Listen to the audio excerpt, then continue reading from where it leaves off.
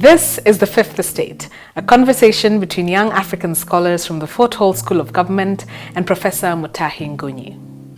This Sunday, we will give an impromptu address to the nation regarding an urgent matter. Fellow countrymen, most of you intend to return to normal life on August the 9th. And you want to do this after acting irresponsible on August the 8th. Shame on you. What you do not know is this. There will be no August 9th.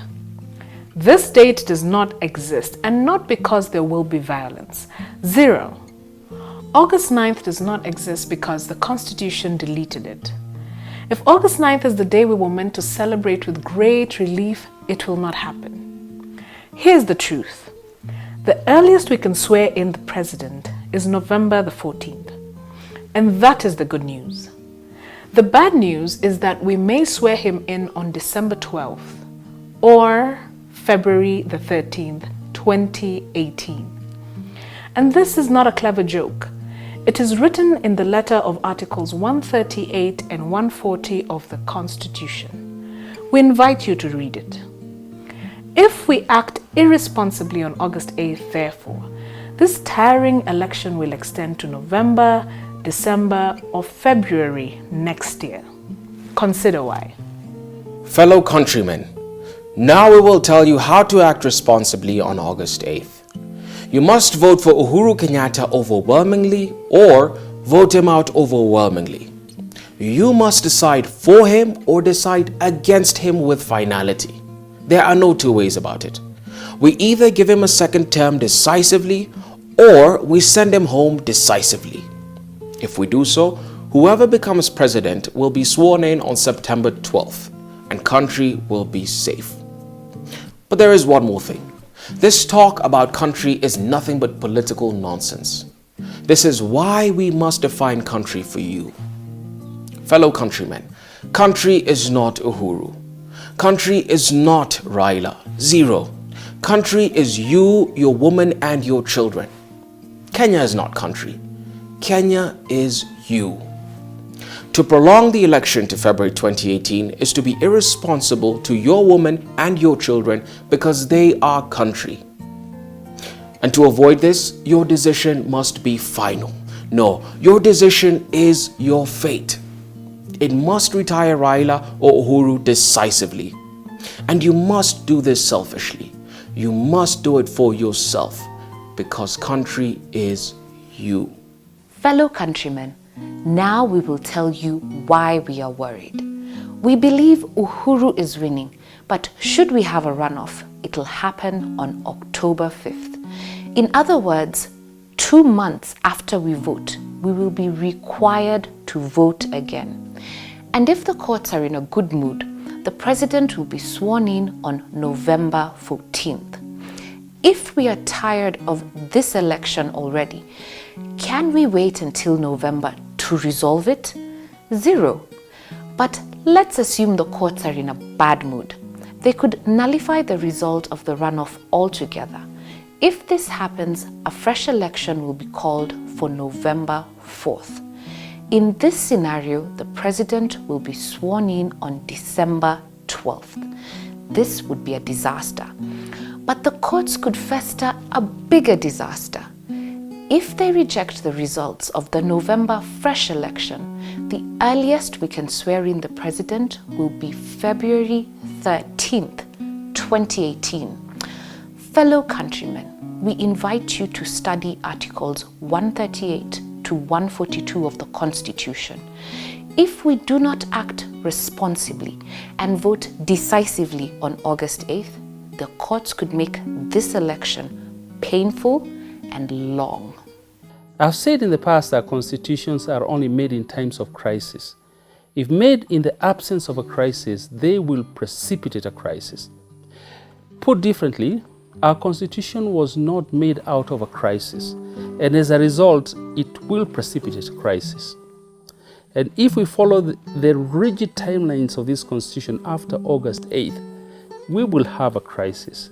But to avoid this, we must vote decisively, and that is what we are saying.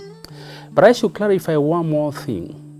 The notion that our constitution was a product of the 2007 crisis is a big fat lie. It's not true. Our constitution was a product of elite consensus. It was a ceasefire document, period. The only constitution we wrote during the 2007 crisis was a constitution that had the position of prime minister. And then Raila killed that particular constitution. And he did so because he did not want a prime minister, because he thought he was going to become president. What is my point here? If Uhuru wins decisively, he must return to the constitutional consensus of 2007. That's the only way to unite the country. He must abandon the Ferrari presidency and invite NASA into government. But as he does so, he must leave Raila out of it. Fellow countrymen, now we will tell you how to act responsibly, part 2. But before we do this, we will address the Kamba nation.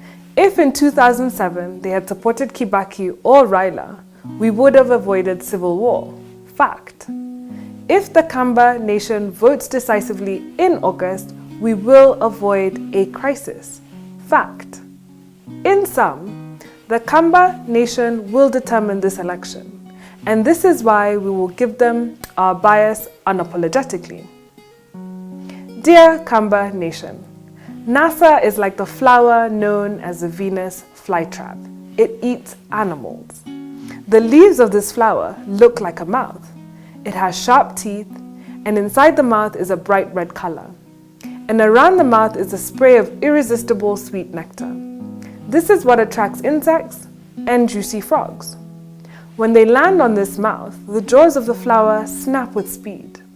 And the more the trapped insects struggle to get out, the faster they are digested by the flower. Dear Kamba nation, this is NASA for you. It has attracted your leaders with nectar and the color red. But if NASA wins, your leaders will be chewed like the flies and the frogs of the Venus flytrap. Ask Musila and Nyenze. Fellow countrymen, our country is pregnant, but there is no midwife. If the Kamba nation is not the midwife, the courts will become the midwife. And from what we have seen so far, they will give us nothing but Chelm justice as described in Jewish mythology. In this myth, a great calamity befell the town of Chelm. Their cobbler murdered one of his customers, just like that. And as expected, the judge condemned the cobbler to die by hanging.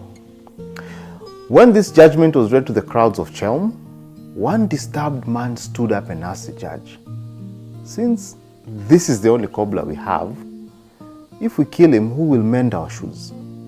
And the crowds went wild shouting, "Who? Who? Who?" Under public pressure, the judge was forced to revise his verdict, and so he declared, "I will set the cobbler free, but because there are two roofers, one of them will hang instead of the cobbler."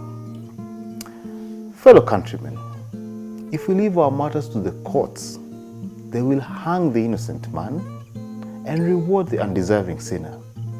We must vote decisively to avoid this. And now, our final thought. Fellow countrymen, do not take the things we say lightly. If the election is not won conclusively, we will do a runoff. And if we do a runoff, we will have elections until November 14th. Even then, the elections could continue until December 12th and February 13th, 2018. These are hard constitutional facts. But what is more? At midnight, August 7th, Uhuru Kenyatta assumes temporary incumbency. He becomes temporary president. Zero powers, just titles and a motorcade. This is a constitutional fact. To become full president again, he has to wait until November 14th or December 12th or February 13th, 2018. We submit that this is a recipe for instability. For instance, if we have unrest on August 9th or any time between then and February 13th, 2018, The president cannot deploy the military to quash it. We will have to sort ourselves out. In sum, our constitution is misengineered to collapse country. And Mzungu observers are hoping that country will collapse so that they can move in. Fellow countrymen, we proved them wrong in 2013. We can prove them wrong in 2017. But we have to do this by voting decisively.